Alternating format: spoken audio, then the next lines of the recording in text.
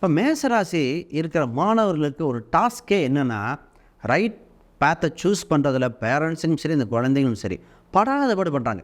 முதல்ல competitive exam முன்னாடி preparation, external courses, வெளியே வீட்டில் உட்காந்து படிக்கிற அம்சம் இப்போ இல்லை.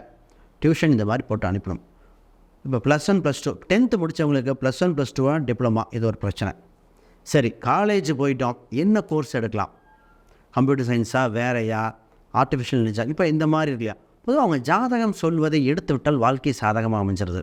உனக்கு இதுதான் வேலை, இதுதான் தொழில், இதுதான் அமையப்போகிற அப்படின்னு தெரிஞ்சுக்கலாம். இந்த நேரத்தில் மாணவர்களுக்கு உங்களுக்கு முக்கியமான 4ஆம் இடம் ரொம்ப முக்கியம். அங்கே குரு பகவான் வரார். இறைவன் அருளால் நல்லா இதை சூஸ் பண்ண அமைப்பு உண்டு.